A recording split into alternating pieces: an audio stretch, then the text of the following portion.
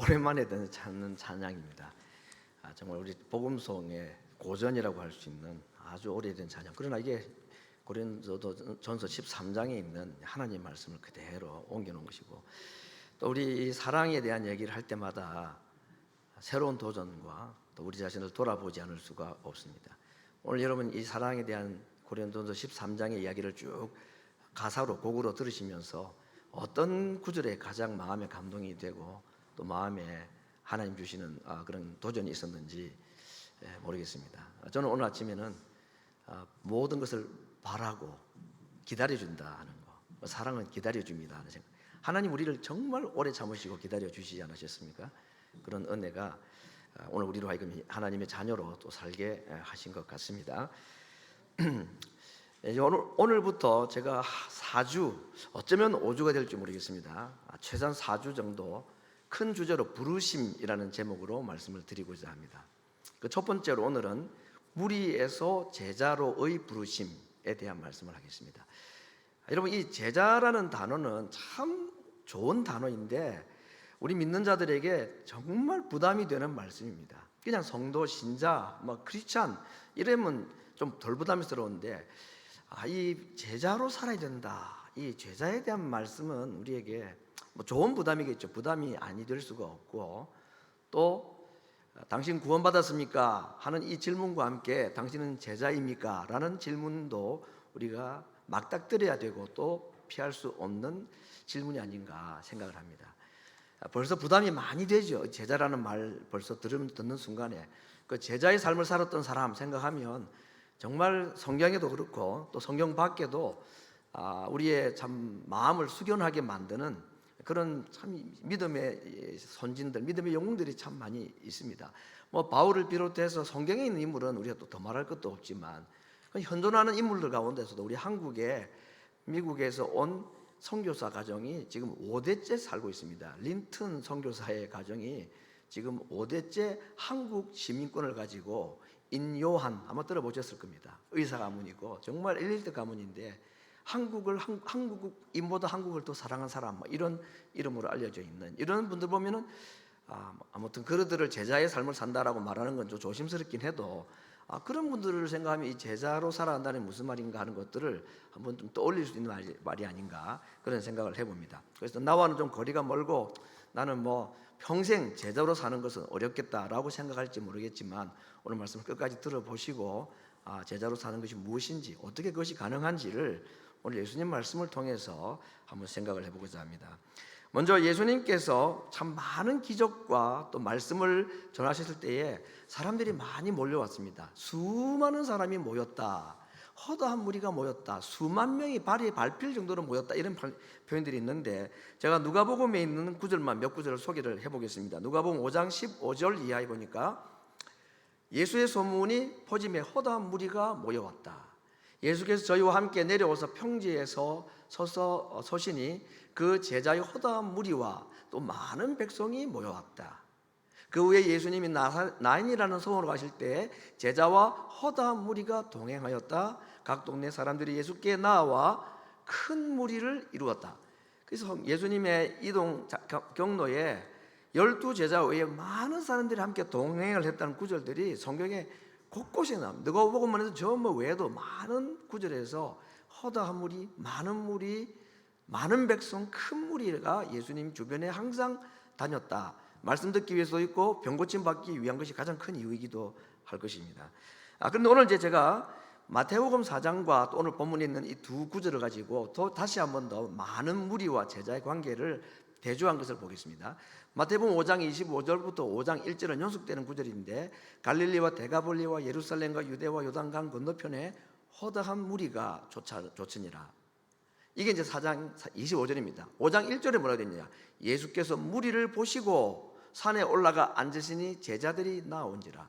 허다한 무리가 쫓아왔는데 예수님께서 무리를 보시고 산 위에 올라가셨다. 그때 제자들이 나왔다. 그렇게 말씀해요. 그래서 허다한 무리와 제자들을 대조하고 있고, 오늘 본문에도 누가복음 14장 25절에도 허다한 무리가 함께 갈새 예수께서 돌이키사, 이 돌이킨다는 말은 몸을 뒤로 돌린다, 완전히 방향을 바꾸었다, 따라오는 수많은 사람들을 뒤로하고 그 따라오는 사람들에게 자기 얼굴을 돌이켜서 하신 말씀이 오늘 본문의 내용인데, 두 가지를 말씀을 하셨습니다. 첫 번째 26절에 보니까 무릇 내게 오는 자, 지금 예수님의 뒤를 수많은 무리들이 지금 쫓아오고 있습니다. 어떤 성경은 수만 명이라고 그랬습니다. 이 많은 무리들이 쫓아오는 걸 보고 예수님께서 그들을 돌이켜 바라보시고, 무릇 내게 오는 자가 자기 부모와 처자와 형제와 자매와 및 자기 목숨까지 미워하지 아니하면 능히 나의 제자가 되지 못한다 라고 말씀하셨습니다. 자, 여러분, 예수님께서 자기를 미워하라, 자기 목숨도 미워하라, 부모도 미워하라, 미워하지 않으면 제자가 되지 못한다, 이거 정말 증오하고 부모를 욕하란 말일까요? 아니, 원수를 사랑하라고 가르치신 예수님이 그렇게 말씀하실 리는 만무하죠. 그러면 이 미워한다는 표현이 같은 병행 구절인 마태복음 본문에는 뭐라고 기록되냐? 아비나 어미를 나보다 더 사랑하는 자는 내게 합당치 않다.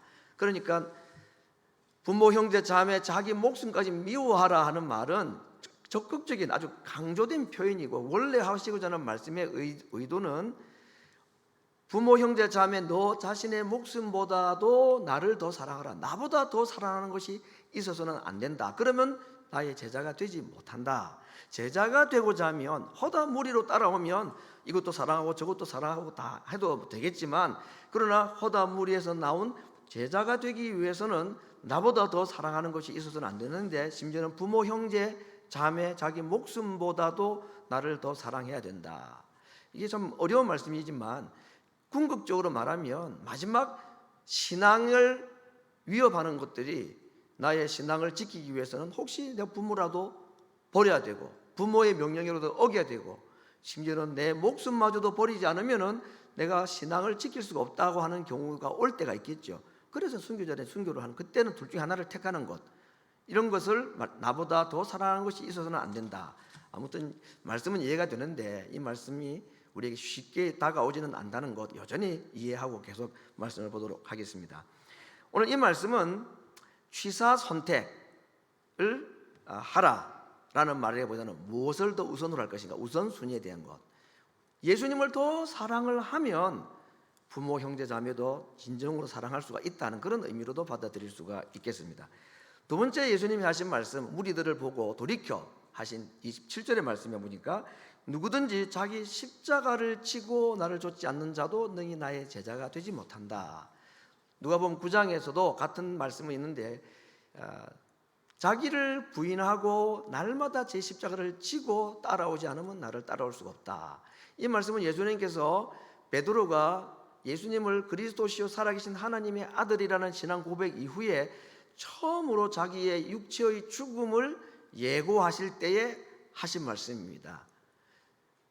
모든 사람들이 예수님을 따르고 베드로는 그분이 하나님의 아들이시고 메시아임을 그가 알고 고백했을 때에 예수님은 자기의 죽음을 말씀하시면서 누구든지 나를 따라오려거든 나를 정말로 메시아로 하나님의 아들로 믿는다면 자기를 부인하고 자기 십자가를 지고 가야 된다. 왜? 나도 십자가를 지러 가는 자이기 때문에 라고 지금 하신 말씀입니다. 자기 부인이라는 것은 뭘까요? 이건 자기의 뜻을, 자기의 의지, 생각을 포기하고 내려놓는 것을 말할 것이고, 십자가까지 지라 하는 말은 고난을 넘어서서 사실은 목숨까지 내어놓는 걸 말하지요. 그렇습니다. 자기를 부인하고 내 생각, 내 뜻을 내려놓는 것, 심지어는 고난과 핍박도 감수하고 심지어는 목숨까지 내어버릴 각오를 하지 않고는 따라갈 수 없는 길이 예수님의 길이고 제자의 길이다. 그래서 점점 더 어렵습니다. 참 주일 한번 예배 드리는 것도 쉬운 일 아니고, 이것도 내가 엄청나게 지금 열심히 하는 건데, 아니면 목숨까지 버리라, 십자가를 지라, 모든 걸 포기하라, 버려라, 사랑하는 것을 다 내려놓아라, 어려운 말씀인 건 아는데 오늘 말씀을 계속 좀 보고자 합니다. 오늘 이 이야기들은 한마디로 말하면 허다한 무리로 따라가기는 쉽지만 제자의 삶을 살기 위해서는 엄청난 대가 지불이 요구된다, 그 말이죠. 절대 쉬운 일이 아니다 하는 겁니다. 예수님은 무조건 해서 하면 사람들을 끌어모으기 위해서 괜찮아, 다 와, 너 할 수 있어, 그냥 대충 해도 이 정도 하면 돼, 그렇게 해서 사람들을 끌어모으지 않았습니다. 예수님의 좋은 말씀이나 그가 행하시는 기적들을 보고는 수많은 사람들이 모여들 수 있었지만 그들을 바라보시고 돌이켜서 하시는 말씀은 오늘 예수님께서는 나를 따라오는 것은 절대로 쉬운 일이 아니다 라고 말씀하는 겁니다. 대가가 많이 요구가 된다, 그런 말씀을 하시는 것입니다. 그러면서 두 가지의 비유를 들고 이런 말씀을 하셨습니다. 첫 번째는 망대를 세우는 이야기를 통해서 경솔한 건축가, 공사비가 이거 벌써 한 100만 불은 들 것 같은데 10만 불도 준비가 안 된 거 가지고 공사를 한다? 이거 경솔한 것이다. 공사 시작해놓고 기초만 쌓아놓고 못하면 사람들이 비웃지 않겠느냐. 참 이거 교회 건축할 때 이거 참 이 말씀들이 많이 헷갈리지 않아요? 우리 한국 사람들 안 그럽니다. 뭐 아무것도 없어도 일단 시작하고 보는 겁니다. 그렇게 해서 한국 교회들이 많이 세워지고 했는데 미국 교회는 절대로 안 그러더라고요. 누가 믿음이 있는지는 모르겠습니다만은 이 이야기는 뭐 교회 건축에 대한 이야기가 아니라 망대, 어떤 건물을 지을 때에 충분히 비용을 계산해야 된다. 이게 맞는 말이죠. 두 번째는 전쟁 이야기입니다. 어떤 무모한 임금이 자기 군사는 1만 명밖에 안 되는데 상대방의 군인은 2만 명인데 요즘같이 무슨 좋은 무기들이 있어서 뭐 인원에 관계없이 전쟁을 할 수 있겠지만 옛날에는 병력 이퀄 승리 이거 아닙니까? 사람 많으면 이기는 거죠.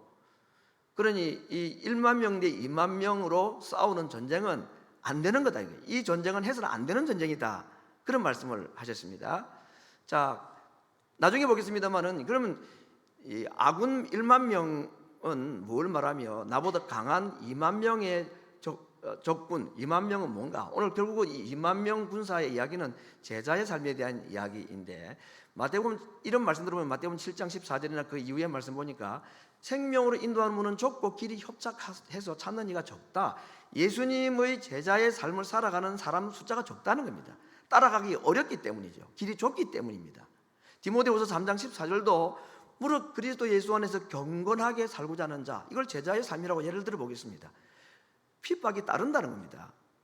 예수님 잘 따르고 열심히 잘 숨길 때에 복을 쏟아부어 주시고 해도 힘든 일인데 핍박이 있다는 거예요. 핍박이. 베드로전서 5장 8절에는 근신하라 깨어라 대적 마귀가 우는 사자와 같이 두루다니며 삼킬 자를 찾고 있다. 이것이 우리가 예수님의 제자로 따라가고자 하는 삶에 준비되어 있는, 우리가 맞닥뜨릴 수밖에 없는 현실들, 좁은 길, 좁은 문, 협착한 길, 핍박, 우는 사자의 위협, 이런 것들이 예수님을 따르고자 하고 예수님을 바르게 믿고자 할 때에 우리에게 오는 것들이다. 절대로 쉬운 일이 아니다 라고 말씀하셨습니다. 자, 이런 말씀들을 들어보면 아유 그래 뭐 예수님 따라다니는 허다한 무리 속에 섞여서 따라가기는 하지 뭐 더 잘해보겠다고 뭐 제자가 되겠다, 아이고 나 그럴 자신도 없고 제자로 나서겠다는 우리들에게 뭐 정말 엄청난 약속이 있고 복이 있으면 또 한번 모르겠는데 기껏 있다는 게 좁은 문, 협착한 길, 핍박, 우는 사자, 이런 권한을 내가 있다면 내가 뭐 굳이 갈 이유가 있겠나 하고 마음 내려놓고 나는 포기하렵니다. 이런 생각이 들만 하지 않습니까? 안 그렇습니까? 그래도 가고 싶은 마음이 드십니까 이거? 예수님께서 왜 이 말씀을 하시겠냐? 중요한 건 출제자의 의도 아닙니까? 그렇죠? 아무리 답을 많이 써도 출제자가 원하는 답이 없으면 한 바닥 내 써도 그 답이 안 나오, 답이 점수 안 나옵니다. 예수님께서 왜 이 제자의 삶에 대해서 어렵다고 힘든 일이라고 왜 말씀하시느냐? 그러니까 하지 말아라, 계산해보고 자신이 없거든 그만둬라 라는 것이 주님의 마음이 아닙니다. 본심이 아닙니다. 주님은 자기를 따르는 기적과 말씀을 통해서 너무 좋아서 저분 따라가면 영광이 있겠구나, 사실은 제자들조차도 그렇게 따라가는 거죠. 지금 예루살렘 가면 하나는 오른편 하나는 왼편에 설 수 있을 거라고 믿고 그렇게 따라가는 거 아닙니까? 수많은 무리들 마찬가지입니다. 그때 예수님께서 그들의 마음속에 무슨 생각을 하고 따라오는지를 아셨기에 돌이켜 얼굴을 그들을 향하여 돌이켜 말씀하신 내용이 바로 이것입니다. 자기를 미워하고 자기 목숨까지 버리지 않고 형제 자매를 다 나보다 사랑하는 자는 따라 못 오는 길이다 라고 말씀하시고, 심지어는 자기 십자가를 지라, 십자가는 고난이 아닙니다. 죽음입니다. 죽음. 그 정도 각오하지 않으면 못 따라오는 길이다. 그러니 돌아가라, 오지 말아라 라가 주님의 뜻이 아닙니다. 그럼에도 불구하고 나를 따라와야 하고 내 제자가 되어라, 그런 것이 주님의 본심이죠. 함부로 제자 되지 말아라, 그냥 허다 무리로 남으라가 아니라 각오하고 나를 따르라, 무리가 아닌 제자로 서라. 이게 오늘 이 이야기를 하시는 예수님의 중심인 것입니다. 신명기 10장 13절에 말씀하시기를 내가 오늘날 네 행복을 위하여 내게 명하는 여호와의 명령과 규례, 그랬습니다.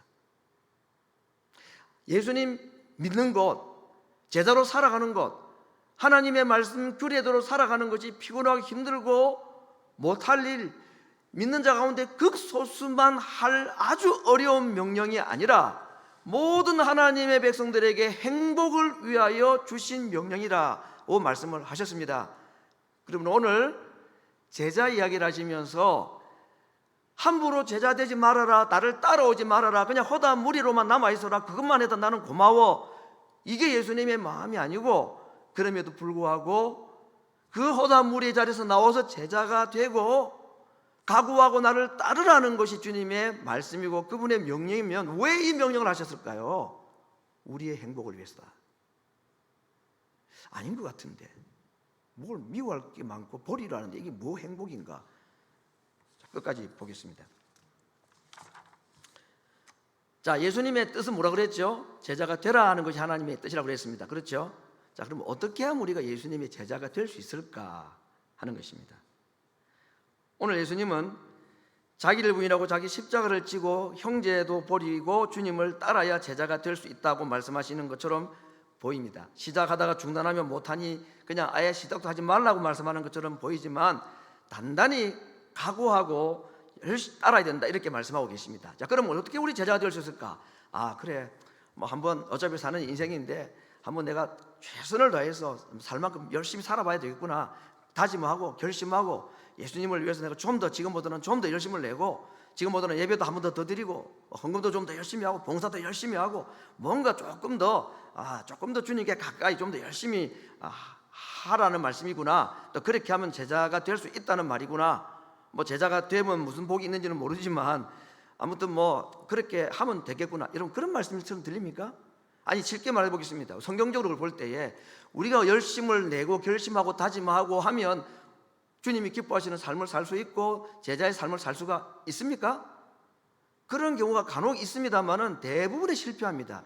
성경은 우리에게 정확하게 말씀합니다. 그건 우리 인간의 본질에 대해서 우리 잘못 알고 있기 때문입니다. 성경은 뭐라고 말씀하십니까? 로마서 7장 21절 이하에 이렇게 말씀하십니다. 제자가 되기 위해서 최선을 다하고 열심히 살아라는 말씀이 아니라 그러므로 내가 한 법을 깨달았노니, 바울이죠. 바울이 정말 제자 중에 제자 아닙니까? 그가 말한 고백입니다. 곧 선을 행하고자 하는 원하는 마음은 내게 있는데 그 선을 행하고자 하는 마음, 제자로 살아가고자 하는 그 마음과 함께 악이 함께 있더라. 이게 문제입니다. 우리에게 악이 함께 있더라. 내 속 사람은 여호와의 법을 즐거워하고 제자의 삶을 살고 싶은데 내 지체 속에 다른 법이 나를 마음의 법과 싸워서 내 지체 속에 있는 죄의 법 아래로 사로잡아 가는 것을 내가 본다. 그래서 오호라, 나는 공고한 사람이다. 오늘 예수님이 제자가 되라는 말씀은 다짐하고 결단하고 하면 따라올 수 있으니까 열심히 살아보라 하는 말처럼 들리지만 바울의 말에 의하면은 안 된다라는 것입니다. 한계가 있더라는 것입니다. 요한복음 15장 오늘도 마찬가지죠. 나를 떠나면 너희는 아무것도 못한다고 그랬습니다.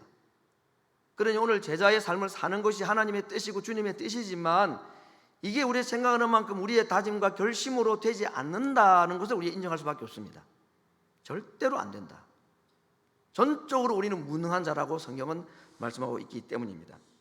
이 이야기는 오늘 본문에 있는 두 번째 예수님의 비유인 무모한 전쟁하는 임금 이야기에서 좀 더 잘 알 수가 있습니다.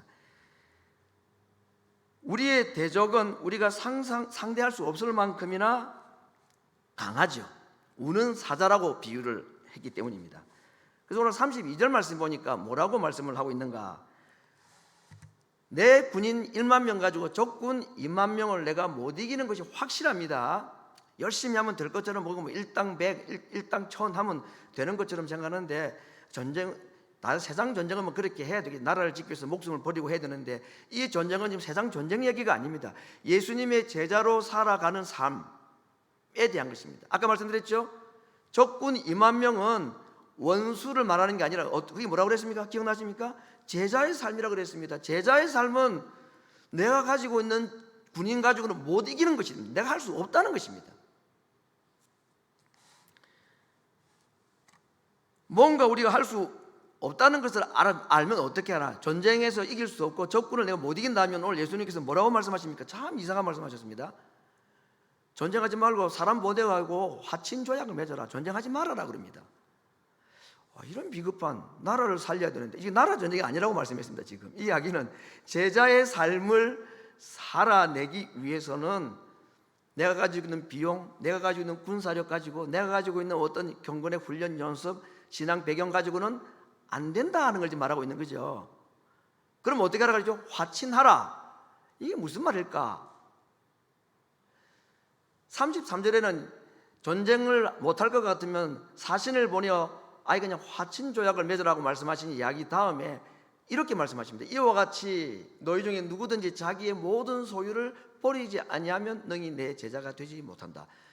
제자가 되기 위해서는 부모, 형제, 자기 가지도 모든 것, 심지어는 자기 목숨까지도 미워해야 된다고 했는데, 그 부모를 미워할 정도로까지, 부모를 미워한다는 말씀은 무슨 말씀인지 이제 오해를 푸셨죠. 예수님보다도 더 사랑하지 않는다 그 말이잖아요, 그렇죠? 예수님보다도 부모를 더 사랑하지 않을 만큼이나 그 부모보다도 주님을 더 사랑하는 삶을 살고, 그래서 내가 부모님을 좀 미워하면 제자가 될 수 있느냐? 여기서 말하는 이 제자가 되는 것, 제자의 삶을 살아가는 것은 그 어떤 희생을 지불해도 내가 버린 것 가지고는 안 된다는 겁니다. 자기 목숨까지 버려야 된다고 그랬는데, 목숨을 버리면서까지 내가 제자가 될 수가 있나? 제자 될 필요가 있겠나? 그런 생각이 들지 않습니까? 오늘 이 말씀들의 이야기의 33절의 결론입니다.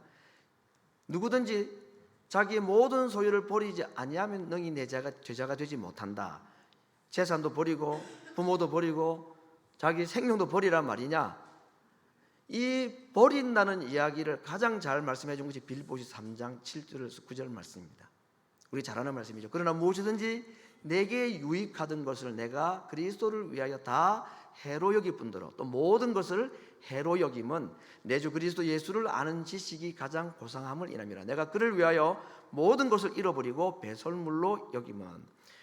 여기에 바울이 제자가 되기 위하여서 취한 행동이 무엇이면 버림이라 그랬습니다.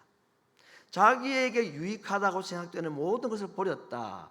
여기에는 뭐 자기의 학력, 유대교의 배경, 바리새파라는 그 지위, 모든 걸 다 포함한 것이고, 심지어는 무엇까지 버렸느냐? 내가 주님을 잘 섬기고 복음을 내가 내가 사도가 될 수 있다라고 하는 그 자신감이나 경험, 이것 다 내려놨다는 것입니다. 그것까지 다 버렸다고 그랬습니다. 그러지 않으면 내가 그리스도를 얻지 못하고 그리스도 안에 내가 발견되지 못하기 때문에 모든 것을 내려놓는 것. 다시 말하면 우리가 주님의 제자가 되는 것은 적군 2만 명과 싸울 수 없어서 화친을 청하는 것이 제자가 되는 방법이다. 화친을 청하는 것은 내 것을 다 포기하고 내려놓는 것이다. 이런 말씀으로 연결이 되는데, 오늘 이 화친에 대한 이야기를 가지고 예수님께서 하시는 말씀을 계속 좀 보면 누가복음 6장 27절 이하에 보니까 이런 말씀이 있습니다. 다음 슬라이드를 보겠습니다. 누가복음 6장 27절에 그러나 너희 듣는 자에게 내가 이르노니 너희 원수를 사랑하며 너희를 미워하는 자를 선대하며 너희를 저주하는 자를 위하여 축복하며 너희를 모욕하는 자를 위하여 기도하라. 이거 산상보훈이잖아요, 그렇죠? 여러분, 제자의 삶을 산다는 게 뭘까? 한마디로 말하면 예수님께서 말씀하신 이 천국 백성의 삶, 좀 좁게 말하면 산상보훈에서 말씀하신 그 말씀대로 살아가는 것입니다. 우리가 흔히 하는 대로 오른뺨을 치는 자에게 왼뺨을 돌려대는 이것이 제자의 삶이라는 것입니다. 이 삶이 우리 힘으로 되느냐 안 된다는 거죠. 내 다짐과 결심으로 되지 않고, 이건 내가 부모를 혹시 미워하는 일이 있다 할지라도 이건 안 된다는 것입니다. 마치 1만 명으로 적군 2만 명과 싸워 절대 못 이기는 것만큼이나 주님께서 우리에게 말씀하셨던 그 제자의 삶, 산상보훈에서 말씀하신 원수를 사랑하고 나를 핍박하는 자를 축복하고 그를 위하여 기도하고 오른뺨을 치는 자에게 왼뺨을 돌려대는 이 삶이 제자의 삶인데, 이 삶은 내 결심, 다짐, 내 훈련받은 것 이거 가지고 안 된다는 겁니다. 이를 위해서는 어떻게 되느냐? 모든 것을 내려놓아야 된다. 나는 못한다고 내려놓아야 된다. 그리고 어떻게 하죠? 화친하라 그랬습니다. 누구랑 화친하라 말까요? 사탄하고 딜을 하란 말입니까? 아니요. 오늘 이 화친하다는 말씀의 의미가 오늘 성경구절 네 곳을 소개합니다. 첫 번째 로마서 5장 1절에 있는 말씀. 그러므로 우리가 믿음으로 의롭다심을 얻었은즉 우리가 주 예수 그리스도로 말미암아 하나님으로 더불어 화평을 누리자. 하나님과의 화평은 누구로 말미암아 가능합니까? 예수님으로 말미암아. 예수님이 우리로 하여금 하나님과 화평케 하기 위해서, 화친을 하기 위해서 예수님이 어떤 일을 하십니까? 자기가 자기를 내려놓으시고 죽으시고 십자가를 지셨습니다. 예수님의 자기 부인 내려놓음, 자기 목숨을 내려놓으시고 십자가를 지신 삶, 이게 제자의 삶이었죠. 제자로 살아간다는 것은 자기를 내려놓고 자기 뜻을 부인하고 자기 목숨까지 내어놓는 것이 제자의 삶을 가는 길이었습니다. 최고로 우리에게 제자의 삶을 모범을 보여주신 분이 예수님입니다. 그래서 그 예수님으로 말미암아 우리도 하나님과 화친할 수가 있고 화평할 수가 있다 하는 것입니다. 이런 얘기들을 요한복음 15장에서는 저가 내 안에, 내가 저 안에 있으면 이 사람은 과실을 많이 맺는다. 과실은 뭘까요? 화평입니다. 화친입니다. 열매 맺는 삶입니다. 내게 능력 주시는 자 안에 있을 때 내가 모든 걸 할 수 있다 그랬습니다. 제자의 삶을 사는 건 내 힘으로는 못하는 것입니다. 어떻게 해야 가능하냐?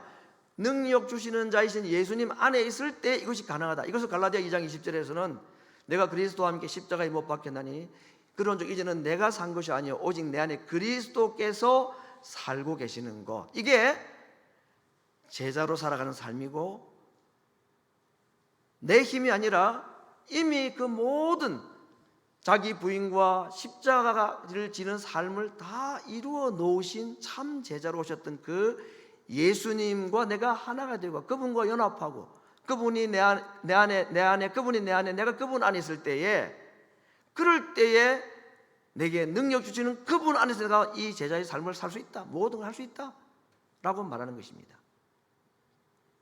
주님을 떠나서는 아무것도 할 수 없지만 내가 그 안에, 그가 내 안에 계시면 무엇이든지 원하는 대로 된다라고 말씀하지 않았습니까? 오늘 제자의 삶을 산다는 것이 내가 내려놓고 포기하고 열심히 결단하는 삶, 나쁘지 않은 생각이지만 그것으로 안 된다는 것이 바울이 경험했습니다. 내 속에는 원하는 선도 있지만 원하지 않은 악도 함께 존재하는데 나중에는 원하지 않는 악이 내 선한 뜻을 다 이기더라는 얘기입니다. 무슨 수로 제자의 삶을 사냐는 얘기입니다. 무슨 수로 제자의 삶을 사느냐? 그 천하의 바울도 그렇게 말했습니다. 그가 깨달았던 제자의 삶을 사는 비결이 무엇이냐? 바로 이것이었습니다. 그리스도로 말미암아 하나님과 아예 화친하고 하나님과 화목하는 것. 내 안에 내가 사는 것이 아니라 그리스도께서 사시도록, 내가 그분 안에, 그분이 내 안에 삶을 살아갈 때에 내 안에 사신 예수님이 제자의 삶을 살도록 해주시는 것, 그 힘이라야만이 우리가 주님이 그토록 원하시고 불가능해 보이는 이 제자의 삶을 살 수가 있다라고 말씀을 하시는 것입니다. 예수님께서 이미 자기 부인과 십자가 지는 삶을 다 이루어 놓으셨고, 우리 보고 다시 십자가를 지라, 우리 보고 다시 자기를 부인하라고 말씀하셨지만, 우리가 이제 해야 될 자기 부인과 십자가를 지는 것은 예수님이 지셨던 그 십자가를 대신 지는 것이 아니고, 나를 위해서 모든 부인과 함께 십자가를 지신 그 예수님 안에 거하기 위하여, 그분이 내 안에 계시게 하기 위하여 내가 모든 것을 내려놓는 것입니다.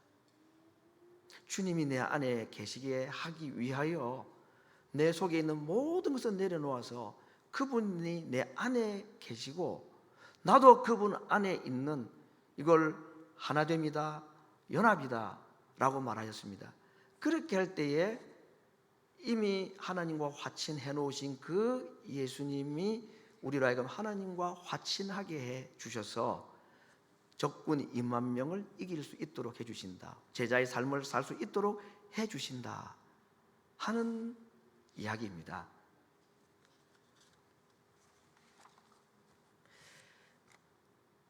오늘 예수님께서 이 제자 이야기의 결론으로 드신 이야기가 맛을 잃은 소금 이야기입니다. 이 맛을 잃은 소금 이야기를 들을 때 참 질문이 있습니다. 여러분, 맛을 잃은 소금을 혹시 본 적이 있습니까? 먹어본 적 있습니까? 그런 게 있긴 합니까? 소금처럼 생겼는데 짠맛이 없다, 그런 게 있는지 모르겠습니다. 그런데 요리하는 데 쓰는 소금은 혹시 그런 게 없을지는 모르겠는데, 신자의 삶이 분명히 신자의 형태는 있는데 맛이 없는, 소금의 짠맛이 없는 소금과 같이 그건 쓸모없죠. 버려야 되는 것이다. 그래서 그런 소금이 실제로 있는지는 모르겠는데, 신자를 소금에 비유하면 그런 신자는 있더라는 얘기입니다. 분명히 그리스도인인데 맛이 없는 거지, 맛이 안 나는 겁니다. 부패를 막지도 못하고 다른 사람에게 영향을 주지도 못하고 또 맛도 내지도 못하는, 그냥 있으나 마나한 정도가 아니고 그냥 없는 게 오히려 나은 그거. 이거 맛을 잃은 소금은 되면 안 되겠죠. 이건 분명히 우리 믿는 성도들을 두고 한 말씀 같은데, 제가 세 가지로 생각해 봤습니다. 맛을 잃은 소금이 뭘까? 다른 사람에게 영향을 주지도 못하고 별로 그렇게 주님께 기쁨이 되지도 못하는 그런 삶을 살아가는 것. 어쩌면 허다한 무리로 있는 사람들이 맛을 잃은 소금일지도 모르겠습니다. 제가 꼭 그렇다고 말씀하는 거 아닙니다. 그럼 허다한 무리들은 구원받지 못한 사람입니까? 제가 어떻게 합니까 그걸? 구원에 대해서는 묻지를 말아주십시오 제발. 잘 모르겠습니다. 그분 중에 구원받을 사람이 있는지 없는지 그거 어떻게 알겠습니까? 두 번째, 영광을 보고 제자가 되고자 따라오는 많은 사람들. 제자가 되고 정말 예수님의 말씀, 기적 그거 좋아가지고 따라, 지금 수만 명한테 그렇게 따라오는 이 허다 무리들이죠. 어쩌면 그들이 맛을 잃은 소금인지 모르겠습니다. 자기의 유익을 위해서만 살아가고자 하는 자들. 세 번째는 오늘 예수님 말씀입니다. 내 힘으로 제자의 삶을 살아보고자 하는 노력, 이것도 어쩌면 맛을 잃은 소금. 왜 안 되는 거니까. 내 힘으로는 안 되는 것이 바울의 경험이고 그의 고백이었습니다. 내 속에 선을 행하고자 하는 마음과 함께 똑같이 있는 것이 악을 행하고자 하는 마음이 함께 있는데 어떡합니까 이거? 심지어는 이게 더 강할 때가 있기 때문에 내 힘으로 제자의 삶을 살겠다. 그런 의미에서 제자 훈련이라는 말은 너무나 우리에게는 인기 있는 말씀이긴 하지만 훈련으로 될까 하는 생각이 들기는 합니다. 된다면 어떤 훈련? 내가 좀 더 제자로 열심히 살아야 되겠다는 그 열심과 결심과 다짐으로서 되는 게 아니라, 굳이 훈련을 한다면 무슨 훈련을 해야 될까요? 주님이 내 안에, 내가 주님 안에 있고 그 주님과 내가 더 하나가 되고자 하는 이 일을 위하여서 훈련하는 것은 가능할 것입니다.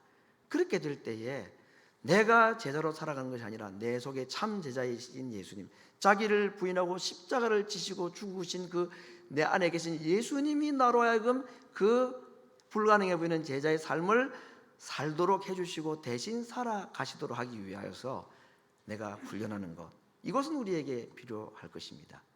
결론적으로 결국 오늘 제가 제자라는 주제로 말씀을 드립니다. 허다한 무리들 가운데 주님께서 돌이켜 말씀하셨습니다. 따라오지 말아라 라고 말씀하시는 것처럼 들릴 만큼이나 쉬운 일이 아니다. 그냥 허다한 무리들 속에 남아있어라고 말씀하지 아니고 그들을 향하여서 허다한 무리로 남지 말고 제자로 살아야 된다. 그러지 않으면 맛을 잃은 소금과 다를 바가 없다. 어떻게 사느냐? 그건 내 힘으로 안 되는 것이기 때문에 화친해라. 하나님과 화친해서 참 제자로 자기를 부인하고 십자가를 지시고 죽으신 그 예수님 안에 거하고 그 주님이 내 안에 거하도록, 그렇게 할 때에 내 안에서 그분이 나로 하여금 제자로 살아갈 수 있도록 도와주시는 힘이 아니면 우리는 절대로 제자의 삶을 살 수가 없습니다. 반대로 말하면 그렇게 된다면 이 어렵고 힘들어 보이는 제자의 삶이 가능하다는 것입니다. 그리고 그 제자의 삶을 살아가는 자들에게는 어떤 삶이, 어떤 것이 주어질까요? 신명기의 말씀에 의하면 행복이 주어진다. 우리의 행복을 위하여 주신 규례와 명령이라고 했기 때문에 제자의 삶을 그렇게 해서 살아가고자 하고 또 그렇게 살아가는 말씀을 보기 시작하는 자들에게는 세상이 경험할 수 없는 주님이 주시는 참 행복과 기쁨이 있는 것입니다. 십자가를 지고 인상을 쓰고 각오하고 조금만 더 인내하는 마음으로 따라가는 게 아니라 즐거운 마음으로 십자가를 즐겁게 지고 웃으면서 가는 513장 찬송의 그러니까 즐거운 마음으로 십자가 지고 가라. 그 가사가 영어 가사 보면은 Carry your cross with a smile 그랬습니다. 어떻게 십자가를 웃으면서 갈 수 있습니까? 그런데 이렇게 하면 할 수 있는 것이다 라고 말씀을 하신 것입니다.